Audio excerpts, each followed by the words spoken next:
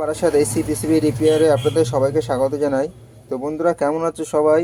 আশা করি সবাই ভালো আছে। আপনাদের সামনে যে সার্কিট বোর্ডটা দেখতে পাচ্ছেন, এটা গোদরেজ ডবল ডোর ইনভার্টার ফ্রিজের সার্কিট বোর্ড। সার্কিট বোর্ডে প্রবলেম হচ্ছে, ডেড আছে, কম্প্রেসারের লাইনও দিচ্ছে না। তো বন্ধুরা, আজকে আমরা স্টেপ বাই স্টেপ এই সার্কিট বোর্ডটি রিপেয়ার করার চেষ্টা করব।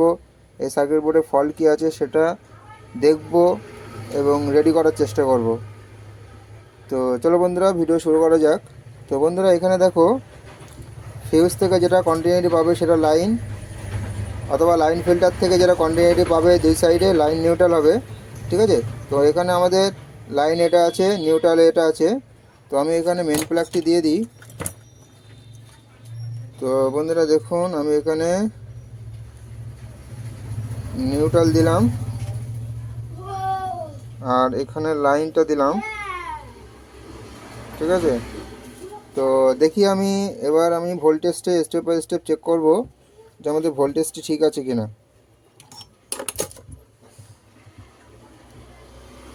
তো বন্ধুরা, আমি মেন লাইনটি দিয়ে দিই।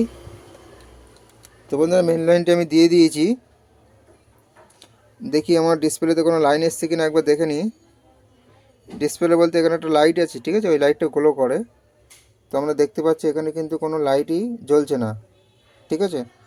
তো সার্কিট বোর্ডটা আমি উল্টে নিই। তো বন্ধুরা, সার্কিট বোর্ডটা আমি উল্টে নিয়েছি। তো আমরা এসিতে দেখি, আগে এসি ইনপুটটা ঢুকছে কিনা দেখে নিই। তো বন্ধুরা দেখুন, এসির ইনপুট কিন্তু ঢুকছে। এখানে এমওভি লাগানো আছে, তারপরে এখানে লাগানো আছে লাইন ফিল্টার। তো লাইন ফিল্টারে আমরা এসি চেক করে নিই। লাইন ফিল্টারে আমাদের এসি ঢুকছে। লাইন ফিল্টার পার হয়ে ব্রিজ রেক্টিফায়ারের মিডিলে আমাদের এসি ঢোকে। তো আমি এখানে এসিটা চেক করে নিই যে আমাদের এসিটা ঢুকছে কিনা। তো এসি আমাদের ঢুকেছে। তো এবার ডিসি, তো ডিসি সবসময় বলি যে ডিসি মেইন ক্যাপাসিটরে 300 ভোল্ট চেক করবে। তো মেইন ক্যাপাসিটরে 300 ভোল্ট চেক করতে হলে বন্ধুরা আমাদের মিটারটিকে ডিসিতে দিতে হবে। এবার আমি দেখি যে আমাদের এখানে 300 ভোল্ট তৈরি হচ্ছে কিনা। তো বন্ধুরা দেখতে পাচ্ছ, আমাদের এখানে কিন্তু 300 ভোল্ট তৈরি হচ্ছে, মানে এখান থেকে পিছনের সেকশনটা ওকে আছে। তাহলে আমরা পিসিবিটাকে সাবধানে উল্টে নিই। তো বন্ধুরা, সার্কিটটাকে খুব সাবধানে উল্টে নিয়েছি।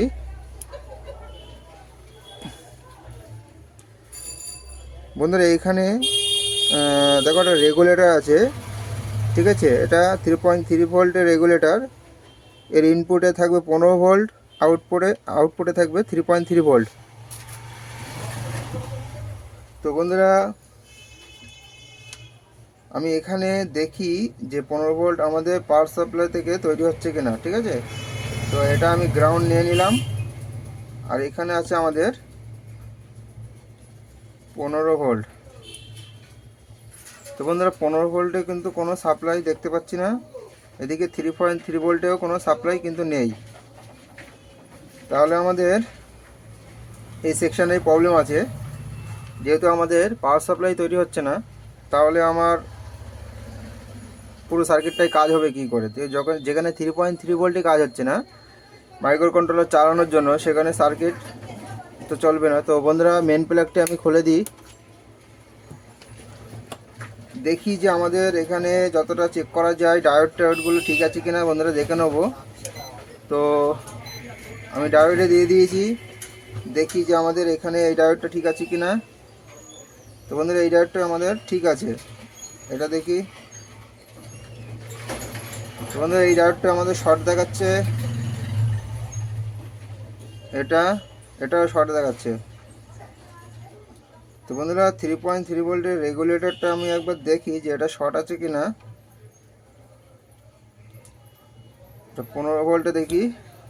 তো বন্ধুরা, দেখতে পাচ্ছ 15 ভোল্টে কিন্তু আমাদের শর্ট দেখাচ্ছে, ঠিক আছে। 3.3 ভোল্টে কিন্তু কোনো শর্ট নেই। আচ্ছা, এখানে জেনার ডায়োডটা একবার চেক করে দেখি বন্ধুরা। জেনার ডায়োডটা অনেক সময় শর্ট হয়ে থাকে, ঠিক আছে। তো জেনার ডায়োডটা আমরা একটু মেপে দেখি। তো বন্ধুরা জেনার ডায়োডটা কিন্তু আমাদের এখানে শর্ট দেখাচ্ছে, ঠিক আছে। তো জেনার ডায়োড শর্ট দেখাচ্ছে। আর এখানে এই আইসির ড্রেন এটা সোর্স আছে, তো এখানে আইসি তো খারাপ দেখাচ্ছে না। তো সবার প্রথমে বন্ধুরা আমি একবার জেনার ডায়োডটা তুলে দেখব যে আমার জেনার ডায়োডটা শর্ট আছে কিনা।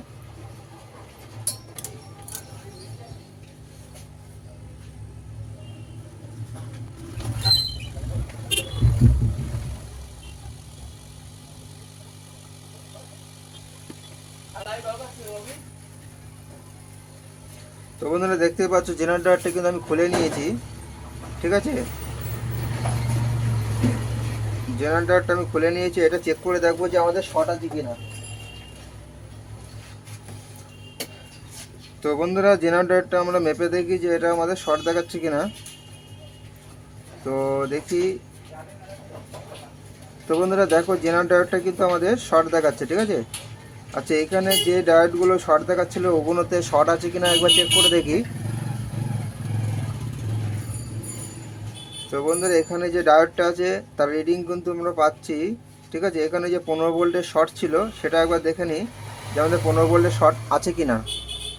যদি শর্ট থাকে তাহলে আবারও দেখতে হবে যে আমাদের আর কোনো জায়গায় প্রবলেম আছে কিনা। তো দেখুন বন্ধুরা 15 ভোল্টের কিন্তু শর্ট আর নেই। তাহলে আমরা বুঝলাম 100% এই জেনার ডায়োডটি এখানে খারাপ আছে। আর কিছু আছে কিনা দেখি, জেনার ডায়োডের এখানে মেপে দেখি যে আমাদের শর্ট দেখাচ্ছে কিনা। তো ডায়োডের রিডিং দেখাচ্ছে বন্ধুরা, তার মানে ঠিক আছে। তো চলো বন্ধুরা আরেকবার আমরা লাইন দিয়ে দেখি যে আমাদের এখানে লাইটটি জ্বলে কিনা একবার দেখে নিই, ঠিক আছে। তো মেন লাইনটি দিয়ে আমি, তো বন্ধুরা দেখুন মেন লাইনটি দেওয়ার সাথে সাথে এখানে একটা লাইট কিন্তু জ্বলেছিল। তো সার্কিটটা এখন আশা করি রান করছে। তো দেখে নিয়ে আমি ভোল্টেজটা একবার চেক করি যে ভোল্টেজ আমাদের 15 ভোল্ট 3.3 ভোল্টটা ঠিক আছে কিনা। তো দেখি এখানে বন্ধুরা দেখুন 15 ভোল্ট কিন্তু স্টেবল আছে, দাঁড়িয়ে আছে, এবং 3.3 ভোল্টও কিন্তু আমাদের এখানে আছে, ঠিক আছে। তো আচ্ছা যখন আমি মেন প্লাগটি বন্ধ করে দিই, এবার আমি চালিয়ে দেখব যে আমাদের ইউভিডব্লিউ টেস্টারে কোনো লাইট আসছে কি না একবার দেখি। তো সেই জন্য আমাদের এখানে পিডব্লিউএম সিগন্যাল দিতে হবে বন্ধুরা। তো পিডব্লিউএম সিগন্যালের জন্য আমি এটাকে ব্যবহার করব পিডব্লিউএম সিগন্যালের জায়গায়। তো এটা পজিটিভ বন্ধুরা। তো বন্ধুরা ভিডিওটি ধৈর্য সহকারে দেখবেন, তাহলে আশা করি কিছু না কিছু শিখতে পারবেন, ঠিক আছে। তো বন্ধুরা চলো আমি মেন লাইনটি দিয়ে দিই, দেখি যে আমাদের ইউভিডব্লিউ টেস্টারে লাইট জ্বলছে কিনা। তো মেন লাইনটি আমি আবারও দিয়ে দিলাম। পিডব্লিউএম সিগন্যাল দেওয়ার সাথে সাথে আমাদের টেস্টারে লাইট জ্বলবে। তো পিডব্লিউএম সিগন্যাল দিয়ে দিয়েছি বন্ধুরা, এত সময় চলে আসার কথা। তো বন্ধুরা দেখতে পাচ্ছ আমাদের ইউভিডব্লিউ টেস্টারে কিন্তু কোনো লাইট জ্বলেনি। আচ্ছা আমি ভোল্টেজটা যদি আমি এখানে চেক করি, তাহলে ভোল্টেজ আমাদের এখানে তো এরকম দেখাচ্ছে। আচ্ছা 3 আর 4-এর ভেতরে দেখি। তো বন্ধুরা 3 আর 4-এর ভেতরে কিন্তু 3.3 ভোল্ট আছে। তো 3.3 ভোল্ট যেহেতু আমার এখানে থাকার কথা না, পিডব্লিউএম সিগন্যাল দেওয়ার সাথে সাথে আমাদের এখানে যে ভোল্টেজটা এটা কিন্তু ড্রপ হওয়ার কথা, ঠিক আছে। সেখানে কিন্তু আমাদের ড্রপ হচ্ছে না বন্ধুরা, দেখতে পাচ্ছেন 3.3 ভোল্টেজ কিন্তু দাঁড়িয়ে আছে স্টেবল। অথচ পিডব্লিউএম সিগন্যাল দিলে এই ভোল্টেজটা কিন্তু ড্রপ হওয়ার কথা। তার মানে আমাদের এই অটো কাপলারটা খারাপ হতে পারে বন্ধুরা। তো পিডব্লিউএম সিগন্যাল বন্ধ করে দিলাম, মেন প্লাগটিও খুলে দিলাম। তো বন্ধুরা আমরা এই কাপলারটাকে চেঞ্জ করব। চেঞ্জ করে আমরা নতুন একটা কাপলার লাগিয়ে দেখব যে আমাদের এখানে 3.3 ভোল্টটা ড্রপ হচ্ছে কিনা। এই কাপলারটি খারাপ আছে, যত সম্ভব কাপলারটি খারাপ আছে।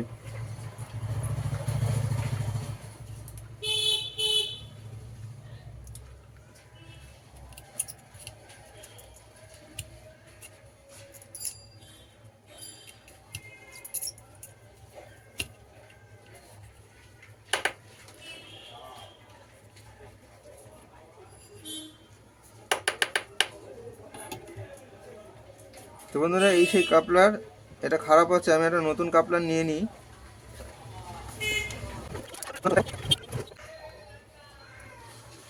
তো বন্ধুরা দেখতে পাচ্ছেন আমি কিন্তু নতুন একটা কাপলার লাগিয়ে নিয়েছি। তো বন্ধুরা চলো দেখি আমি পিডব্লিউএম সিগন্যালটা ডাইরেক্ট আমি এখানে লাগিয়ে দেখি যে আমাদের পিডব্লিউএম সিগন্যালটা আমি ডাইরেক্ট এখানে দিচ্ছি। ঠিক আছে, অটো কাপলারে দিয়ে দিলাম। তো অটো কাপলারে পিডব্লিউএম সিগন্যাল দিলাম।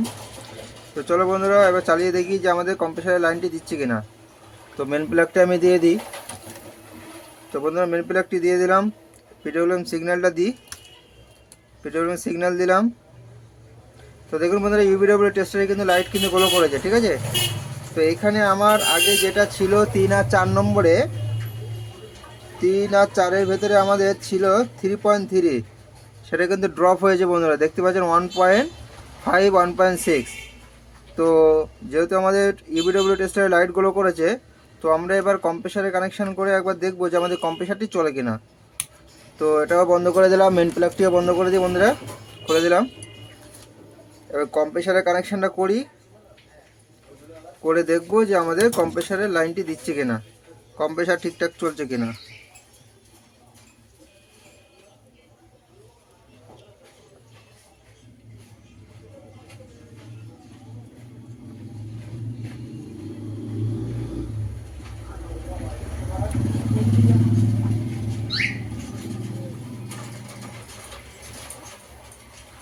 তো বন্ধুরা কম্প্রেসারের লাইনটি আমি করে নিয়েছি। তো এবার আমি লাইন দিয়ে দেখি যে আমাদের কম্প্রেসারটি চলে কিনা। তো চলো বন্ধুরা আমরা পিডব্লিউএম সিগন্যালটি দিয়ে দিই। তো বন্ধুরা ইউভিডব্লিউ টেস্টারের লাইট কিন্তু গ্লো করছে, এদিকে আমাদের কম্প্রেসারটি কিন্তু চলছে বন্ধুরা,